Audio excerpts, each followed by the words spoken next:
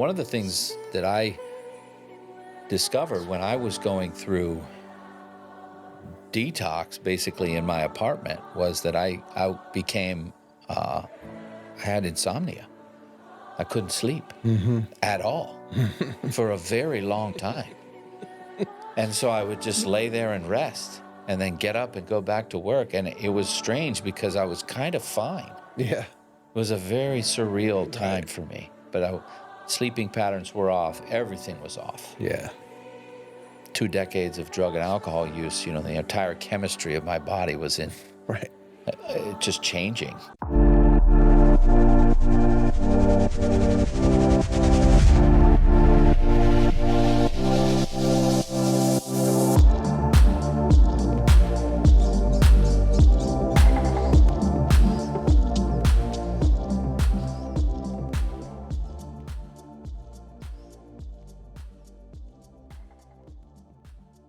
Good afternoon. My name is Graham Durgee, and I'm the founder and CEO of New Waters Recovery in Raleigh, North Carolina. Welcome to our weekly podcast, Finding New Waters. Our goal in creating Finding New Waters is to provide a resource for families to help navigate the complexities of supporting a loved one struggling with substance use or mental health. When we find ourselves in crisis due to one of these issues, most people have no idea where to turn. We hope to shed some light onto what is often the darkest hour for many families. All right. Well, welcome to another edition of Finding New Waters. Today we have Scott Crawford, very, very psyched to have him here, who is a local celebrity, beyond local chef celebrity chef. And I've sort of known who he is for a while. Maybe you've even met him before. We actually met in person recently when I was at Crawford and Sons with my girlfriend, Crawford and Son. Correct. And anyway, we're so glad to have him here. He's a pillar of the recovery community as well. So I'm going to turn it over to Scott. Scott, tell us what you're doing, what you got coming, all that. Well, thank you for the introduction, and thanks for having me. I appreciate it. So I'm a chef here in Raleigh and a restaurateur now. So my role has changed a little bit from being a chef to a restaurateur. I have, we as a group have three restaurant concepts that are currently operating: Crawford and Son and Jolie on Person Street in Oakwood. And then we have a concept called Cook Shop in Clayton. And we just acquired a cocktail bar where we'll serve spirited and spirit-free cocktails. That's in the basement of our French restaurant. That's called Sous Terre, which means underground. And we're building a concept called Brodetto, which is a coastal Italian and Croatian concept. So it's very much focused on the Adriatic, the food and wine and beverage of the Adriatic. And we have a concept starting construction now called Crawford Brothers. That's a steakhouse. That's in Cary at the Fenton development. And we're also opening this year Crawford's Genuine at RDU Airport. So it's the busiest year I've had in a very long time, and we're in growth mode right now as a restaurant group, and also through all that, I'm a family man and try to also continue to contribute to my recovery community.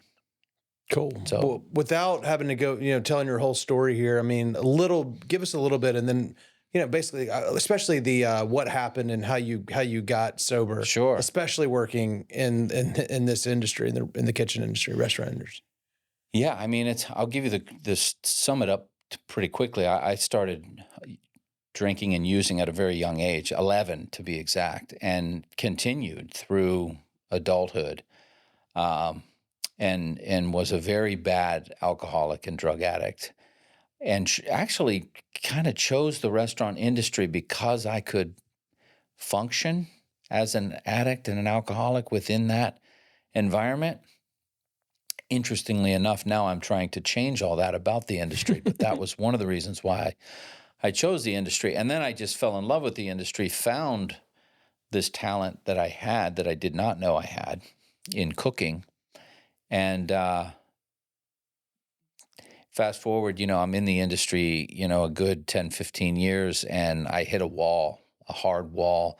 My health declined. I was hospitalized several times within 1 year and was really kind of on my way to an early death. And I found sobriety through just walking into a meeting and working the steps. And, it's not that simple, but that's really how simple it was, and then at that point, I was somewhat successful at that point, not to my potential, but certainly by most people's standards, I was succeeding. But what I was doing was killing myself while I was succeeding as a chef when I was in active addiction. So what happened once I got clean and sober was I began to really unlock my potential and understand who I was as a person, who I wanted to be as a chef. And I met my wife and we started a family, and eventually I became an entrepreneur and have really a life that I never imagined possible. I love it. We hear that a lot in the rooms, don't we? Yeah. I mean, second to none. Yeah. It's true. I would have never believed you if you would have told me back in those days of active addiction that this is what my life would look like now. It's really amazing. Where are you from? Where'd you grow up and where'd you start your I grew career? up in Pennsylvania, just north of Pittsburgh, in a steel town. Wasn't much in the way of creativity in that area, although I do enjoy the blue-collar work ethic and some of the things that I learned in that community. I was a creative person. I was from a young age, and I knew that there was something that I needed to be creative in. And so I went off searching for that. And I moved to Florida when I was 17 years old. And I moved around a lot. I lived in Florida for a long time. I lived in California, and I worked for the Ritz-Carlton Hotel Company, so I was able to travel with them. And, eventually, I found creativity in cooking, a way to express myself. And I think in creative people, I think you have to create. If you don't create and you're a creative person, you generally end up in trouble somehow. Whether it be just with mental health issues or addiction, or there's some creative energy that has to be put out there into the world. And I actually feel like finding cooking and finding that creative outlet was probably kept me from self-destructing much earlier. Yeah. Once you hit a bottom, hit a wall, and then kind of stumbled your way into a room, a room of the rooms, and started working the steps. You just were on fire for it, or were there challenges, especially working in restaurants, or? So many. Yeah. So many challenges. First of all, I'll tell you this, I was terrified. For someone who had been through a lot and was fairly, kind of a tough-minded individual, that the thought of not being able to drink or use drugs kind of terrified me. And so I had no idea how I could possibly do it. In fact, I really didn't believe it was possible in the beginning. And that's where that one day at a time really helped, as simple as that sounds. I think it was hour to hour some of those days. Oh yeah. It was just hour to hour some of those days, but it was grit. It was, I'm not going to do this. I'm not going to take a drink, and I'm not going to use, and I'll get through today, and then we'll worry about tomorrow. But, at my job, which at the time was a fine dining restaurant, we had weekly wine tastings. So I had to somehow figure that out because I could not taste wine at that point. It would have put me into an instant relapse. People expected me to go out at night. That's what I did. I was single, didn't have much to go home to. They were used to me being a certain way. Drugs and alcohol it defined me. And so a couple of things I did. I went to my sommelier at the time. He may not know this, but he was just extremely helpful, just in understanding. Because I went to him and I said, and I think he knew I was struggling. but didn't know the extent of it and didn't say anything. He kept to himself. But I told him, I said, I need help. I need you. Don't tell anyone, but I'm in recovery. I'm struggling, and I need you to be my palate. I need you to taste these wines and then work through verbally with me how we can make these menus work. And he said, I can do that. And he said, I won't tell anybody. And, to this day, he really helped me more than he'll ever know. Because that was my job. I had to do my job. And people had an expectation of us, nailing those flavors and those pairings. And we did it. We nailed it. That's so cool. I mean, because if that guy hadn't been that friend, because, there are petty rivalries in every industry, and that guy could have said, and if that hadn't and I knew he meant it. He looked at me and he says, I got you. That is It's like amazing. He knew, though. I knew he knew. I could tell when he looked at me, he's like, I got you. And he knew I was struggling. He knew what I was going through, and he really helped me. Another thing I did, I joined an all-night gym. So now I didn't have to lie. I would say, I'm going to the gym. I'm not going to go out. I'm going to this gym now. Right. And because I didn't want to be a liar, but I also didn't want to tell everyone. Right. Because no one in the industry was sober back then. Right. There might have been 2 of us. Right. And so I went to the gym every night after work, midnight. It was a gym that you would get a key. You could go in anytime. I'd go in the gym at midnight, be the only person in there, and I would work out until I was exhausted so I could go home and pass out. One of the things that I discovered when I was going through detox basically in my apartment was that I had insomnia. I couldn't sleep at all for a very long time. And so I would just lay there and rest and then get up and go back to work. And it was strange because I was kind of fine. Yeah. It was a very surreal time for me. But sleeping patterns were off. Everything was off. Yeah.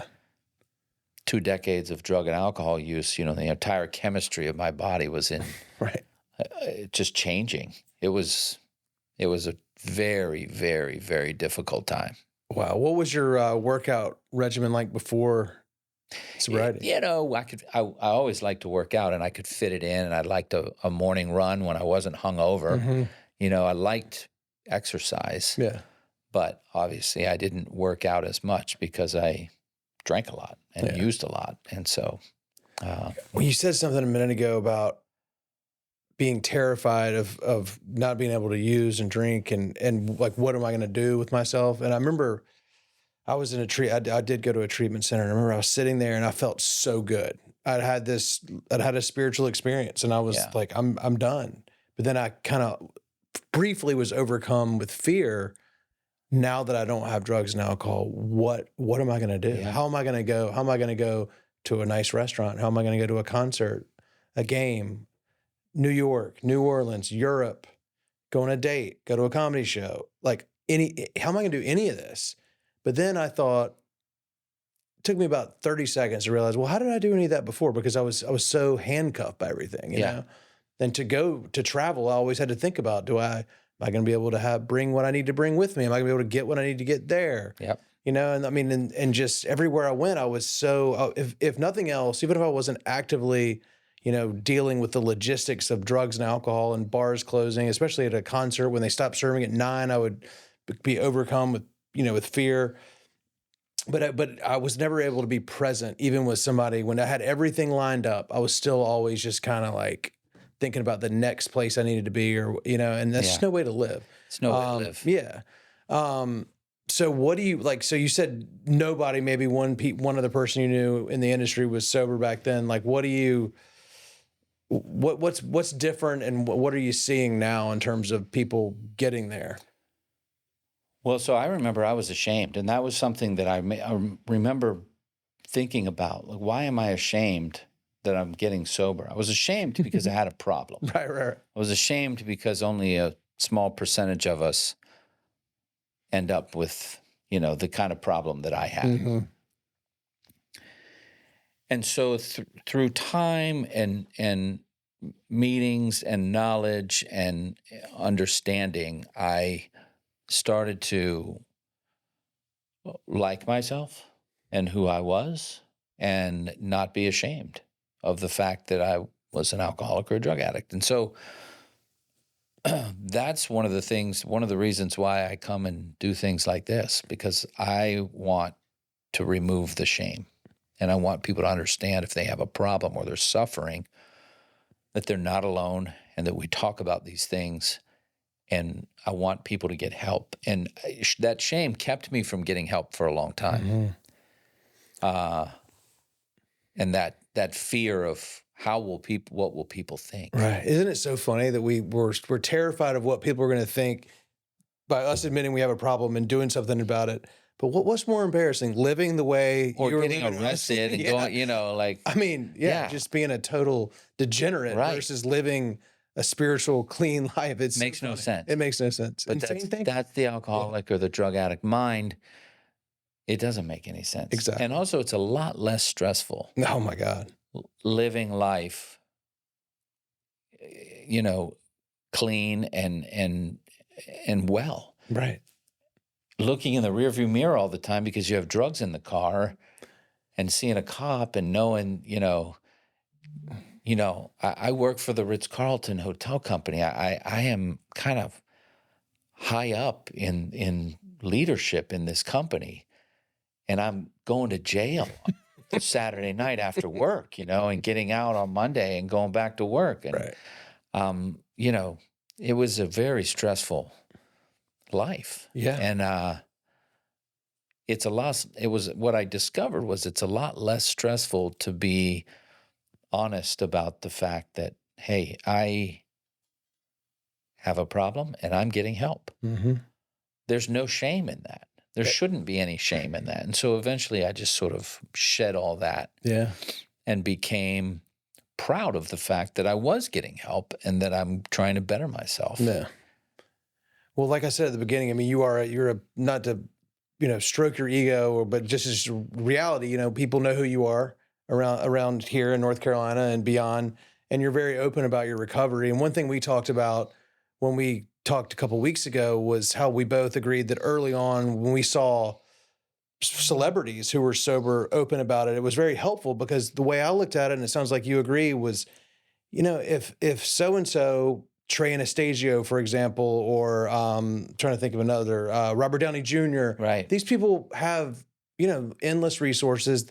And the way I knew so little at that point, because my big problem too, one of them was I just was always broke. Right. If I just had money, I'd be all right. Yeah. And no matter how much money I made, I never had any money. And so when I first got sober, seeing these people who were multi-millionaires, and they were choosing to live this way of life, it was very important for me.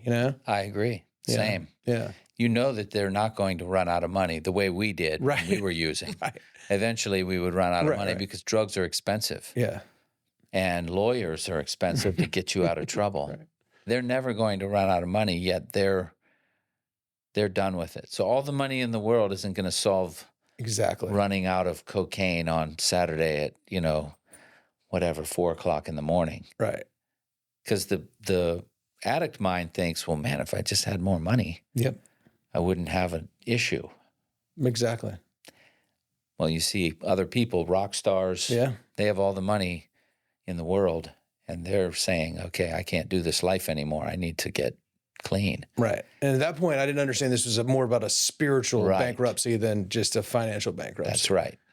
Yeah.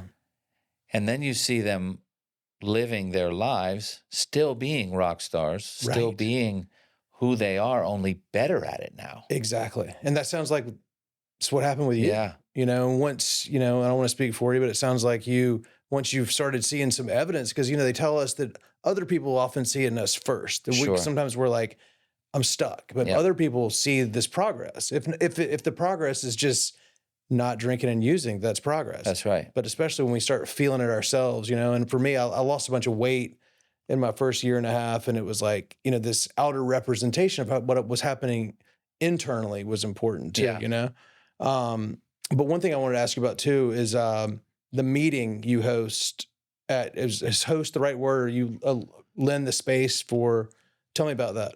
I do. So I did host a meeting for a long time on Sunday nights at my restaurant, and it was a Ben's Friends meeting, which is specifically a support group for people in the restaurant industry. With COVID, that went away and it went to a Zoom, and now we host a Monday night meeting for beginners, which is an AA meeting. And I don't lead the meeting, but I give the space, and it's a great meeting. And I send a lot of people to that meeting who might reach out to me and say, hey, I'm thinking, that's just a great meeting for people like that, for beginners, and to just some really, really good people in that meeting. So that's something good for people to know. It's every 5:30. I think they start at 5:45. Yeah, you would know. Yeah, I believe they start at 5:45. But and I've spoken at that meeting. I've been a guest speaker there, and I'm always really impressed with that group. It's a great group. Yeah. And, we used to, when I got sober, a lot of meetings were in the basement of a church or in the back of some building. And now we have them where, you're literally sitting there and you're looking at alcohol. Yeah. It's in a restaurant and there's a bar and there's alcohol. And some people think, well, that's strange. I mean, we're exposed to it every day, right? Exactly. We're not hiding in basements anymore. Yeah. Is the way I feel about it. Absolutely. And I've talked about this on this podcast too, is when I was sitting in treatment, I remember it was a workshop or a class. It wasn't exactly a meeting, but a group thing. And they handed us a piece of paper and it was a list of triggers. And it starts with the obvious: bars, restaurants, parties, games, concerts. Then it gets to exit ramps, street signs, parks. I was like, all right, so everything is a potential trigger. So with that attitude, just maybe let nothing be. Yeah. And, and to your point too, I mean, in the early days of AA, they definitely used to put liquor on the table, in one-on-ones and just as exposure therapy, because it's everywhere. It's everywhere. It's going to be everywhere. And if we try to hide from it. We can't hide from it. Right. Exactly. So I thought that was kind of a cool way to stop, to kind of say, we're not going to do that anymore. We're not going to. I mean, we need to recognize our triggers if they're serious, but to your point, everything can be a trigger, and I think we need to learn how to deal with those triggers. Yeah, I agree. So, we have a meeting every Monday night, and I also serve on the board at Healing Transitions, so it's been very gratifying for me.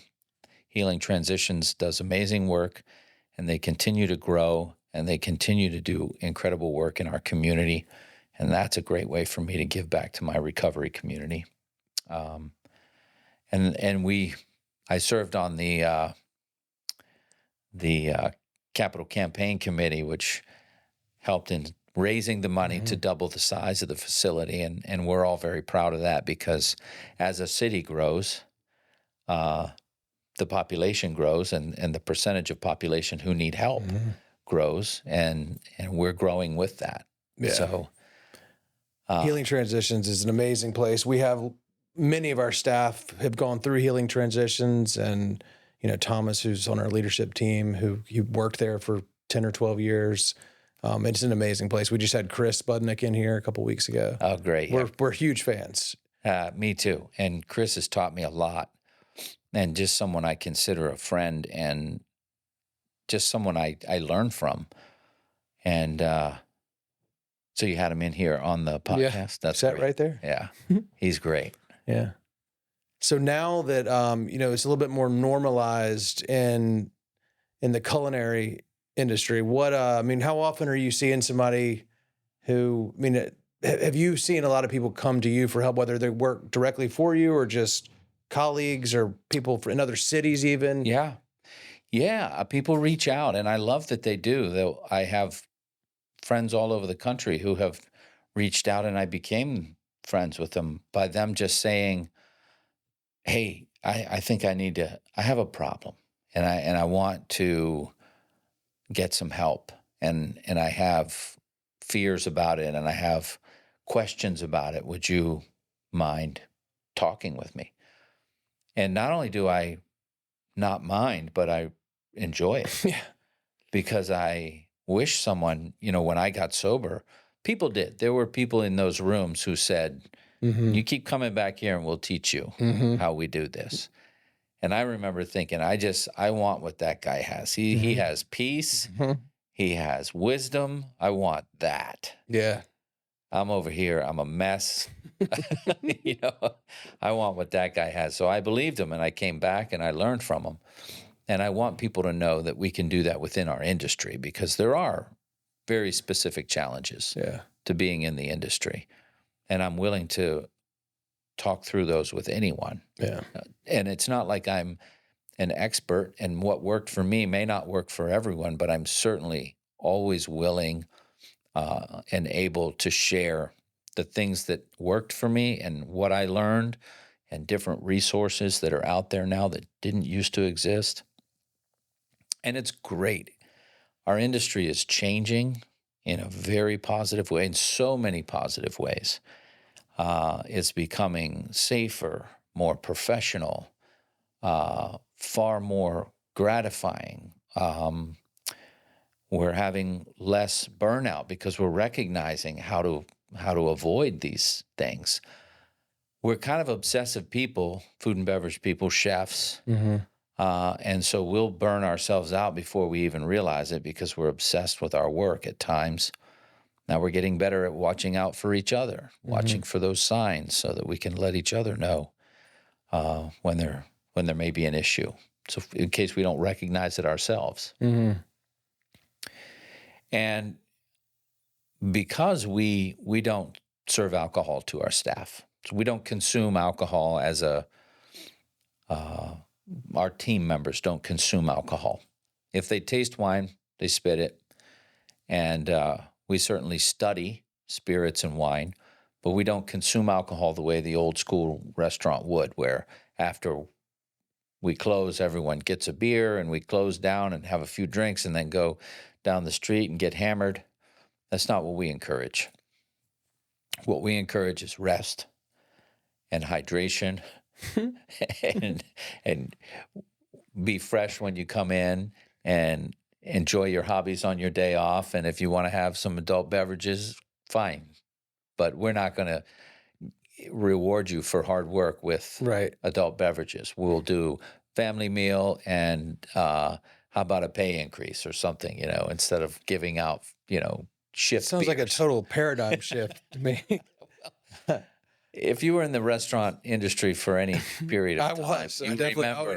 In my early 20s, oh man, and it lends itself, especially restaurants that aren't open for lunch and it's all night. Are y'all ever open the for Wild West? We're not open for lunch right now. No. So you're definitely a night crawler kind of. Yeah. I get it. So what happens then is we attract people who want that environment. They want a professional environment to do their best work, to be the best that they can, to make good money, and to have an environment that feels safe. Because, the bad behavior in restaurants, about 80 to 90% of bad behavior within the staff of a restaurant comes usually from drinking on the job or after work or if you eliminate that, you eliminate a lot of the bad behavior. Right. I don't see a lot of it happening when people are about to open, sitting there stone cold sober, exactly, folding up napkins. Usually happens when you mix alcohol with the team. Yeah. And then, add to that, so you remove the alcohol from that and you eliminate a lot of the bad behavior, the harassment type behavior. And then add to that some good training to let people know that we have a zero tolerance for harassment, and these are the forms of harassment. And then you eliminate, all of it. Mm-hmm. And then you just have a safe, professional environment. Imagine that. I was about to say, paradigm shift again. It's funny because what other industry do we just drink while we're working? Yeah.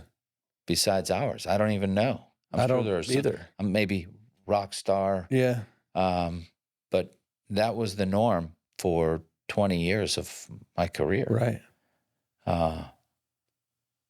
We drank on the job. We drank after the job. We drank before we went into work. We certainly used drugs throughout the shift, and everyone knew it, and it was just normalized. So now we're normalizing the opposite of that. It's amazing to hear. Yeah. Yeah. I'm pretty proud of that. It's not something that, and it's happening. It's not just us. It's happening throughout the industry, both through for necessity, and I think because if we want to attract professional people, and we want to be considered a serious industry to attract more talent, we have to do better. And Well, it's not like it's bad for business to take these steps. This is all good, you know? It's good for business. Yeah, exactly. That's right. Yeah. Raleigh itself. So I'm born and raised in Raleigh. Raleigh was not known for being a restaurant town or city until pretty recently, and you have a lot to do with that. How do you feel about how we're doing, as far as compared to our other cities in the South and just nationwide? And by the way, Scott, I wanted to congratulate you on your James Beard nomination recently too. Thank you. When is that announced? I forget when they announced the finalists, and then the winners will be announced this summer. Okay. In Chicago. But this one hit differently. I have to say, this nomination this year was for outstanding hospitality. My previous nominations had all been for best chef and Southeast, and I don't get too caught up in accolades. It's great. Being recognized is great. We work very hard, and any recognition is nice. But I don't chase them or campaign for them.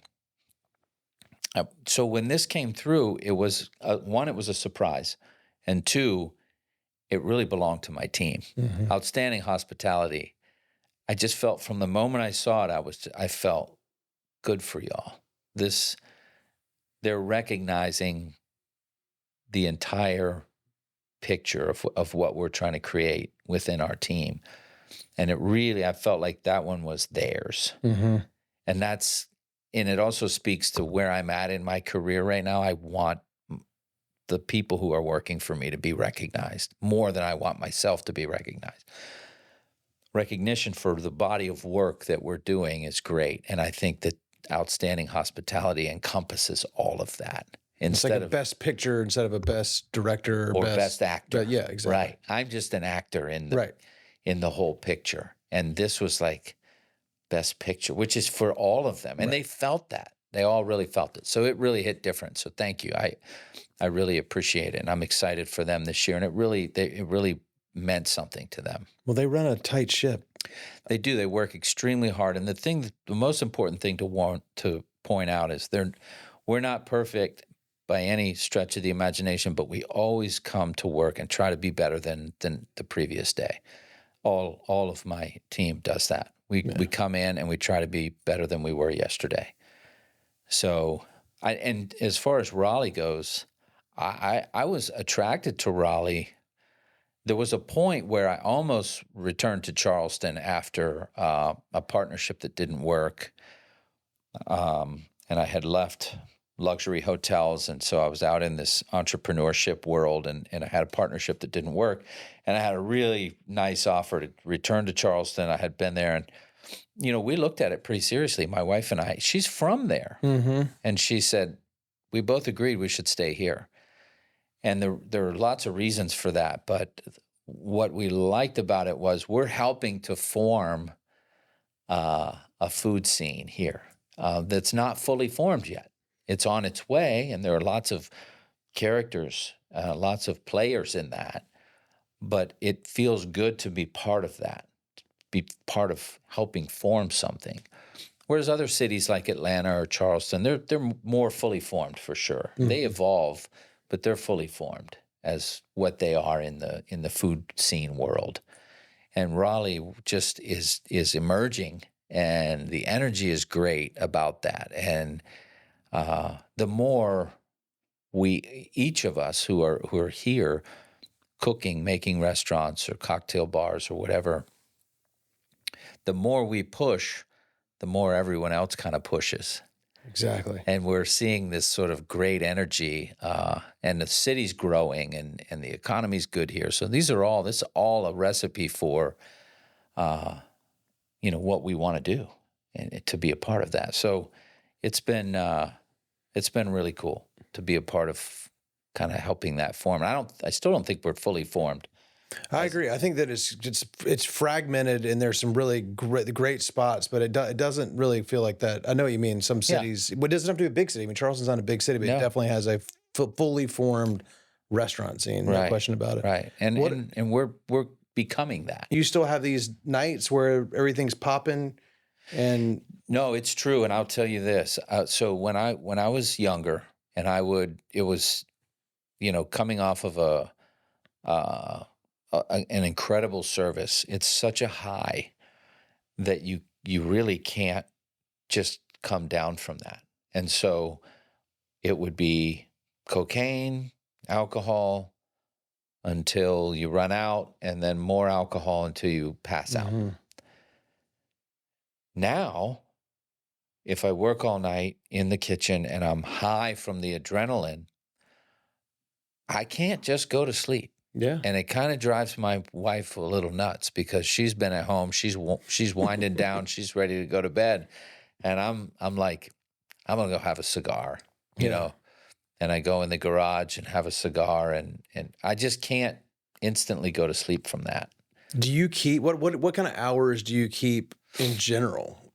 Well, my hours now are different all the time, but I don't work service every night the way I once did, but I will be working service tonight. So some nights I do, and some nights I don't. Just depends on what I have going on each day. I generally will plan my week in the beginning of the week, and then that can change pretty rapidly. But I started my day this morning at 6:30. Okay. Today's going to be a long day. I'll probably end it at midnight. It's not like that every day. Some days, maybe I just work during the day. It's a little lighter in the evening at the restaurants. I take the evening off and get ready for the next day. And some of that daytime work, even though we're not open, is the new restaurants, working on the new restaurants. I wanted to talk to you about Clayton as well. Yeah. Because I've been there a few times. Sure. I play golf in Clayton, and I love that little downtown.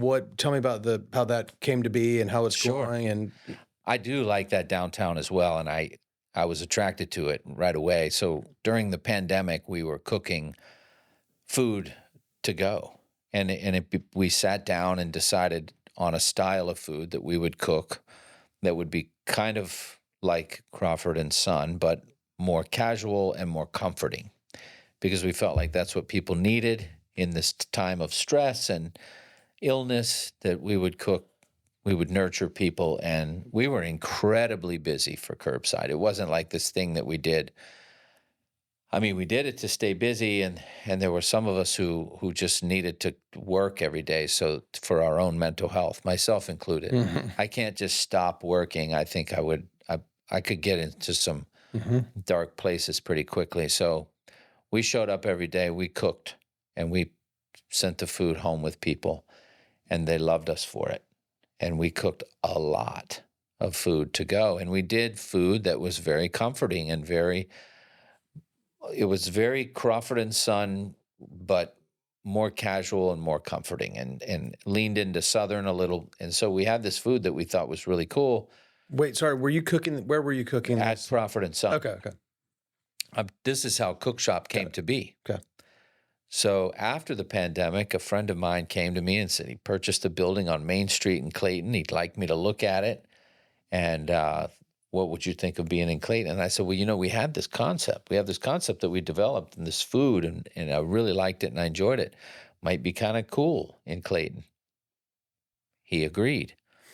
That's how it became. I went down and I liked the gentleman who bought the building. He made me an attractive deal where the economics made sense, and I kind of fell in love with that community a little bit. It reminds me of the town I grew up in. Just a small town with, great, nice people. And we've been open 2.5 years there now. It's awesome. Almost. Yeah.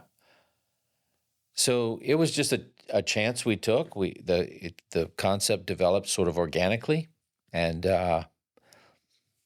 it's pretty busy. I mean, on Friday and Saturday night, it's a little bigger than Crawford and Son and Jolie, but it'll do the most covers Wow. on the weekends on Friday and Saturday night. Cool. So yeah, and it's been good. It's been good to have something that's just far enough away, but we can still get there quickly, and to learn how to manage that, because now we're going into that more and more. We're going to have restaurant in Cary, we're going to have restaurant RDU, and a restaurant in Raleigh Ironworks, Person Street, Clayton. So we've learned a lot through the process of opening something that's 30 minutes away. Yeah.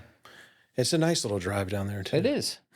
Yeah, it's a great community. Yeah, it's awesome. And it's growing. Yeah, well, I was about to say that quaint little downtown it won't be little much longer. I mean, hopefully will stay kind of quaint. And, Yeah. I think, I don't know. I think it's always going to maintain that charm because it has cool old buildings. Yeah. People are certainly moving there though. Yeah. They are. Every now, I started noticing lately, meeting somebody who definitely did not sound like they were from Johnson County, say that they live in Clayton. That's right. That's a sign. I spoke to someone this morning who moved to Clayton who's from Australia. Oh, really? Yeah. No way. Yeah. That's crazy.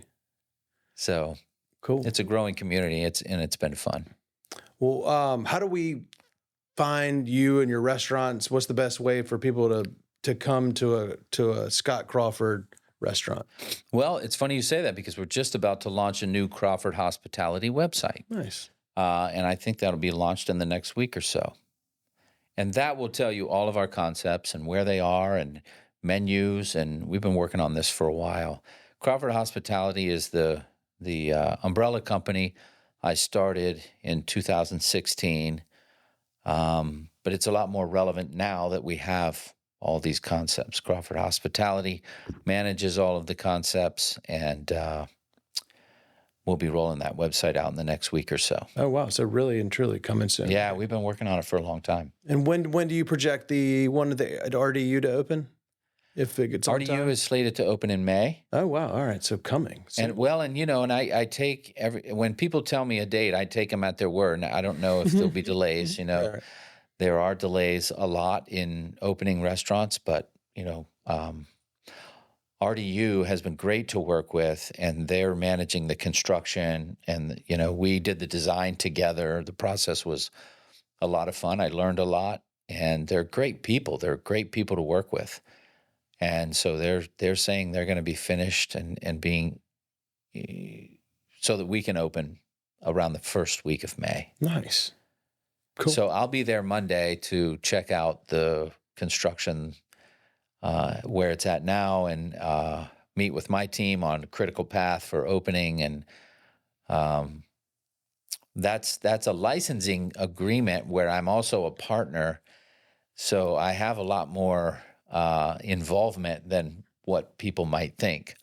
Although you might not see me on the line cooking there when you're flying through RDU, we are developing all of the recipes and training the staff, hiring the management, and I'll be involved in all of that. And Cool. I was very heavily involved in the design and creating an inviting space. And I really want to work on culture there. I want to be, when I travel, and I travel a fair amount, and I like it. I like to travel, and I don't really like eating at a lot of airports. No. I've had really good experiences, like at Paris Airport and some airports, and some are just, the hospitality is just so off. And I really want to work on that. Not just good, tasty food, but also just good hospitality. We have a beautiful airport.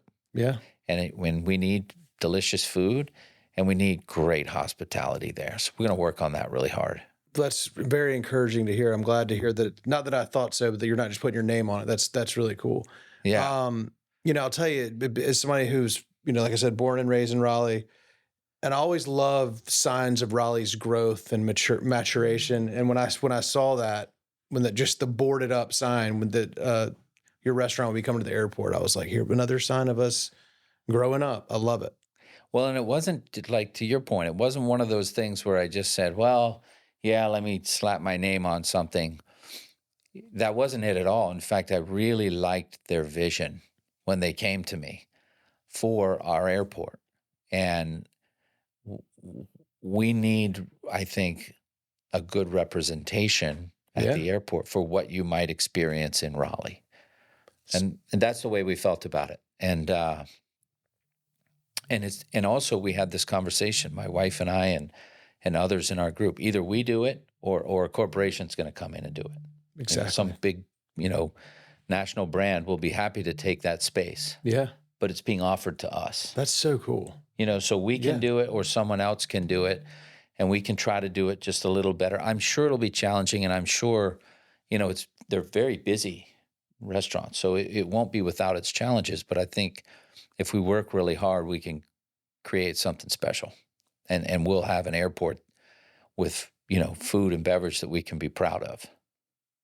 And they have a great vision. The authority, the team there at RDU, they really have a great and clear vision that they've articulated since day one.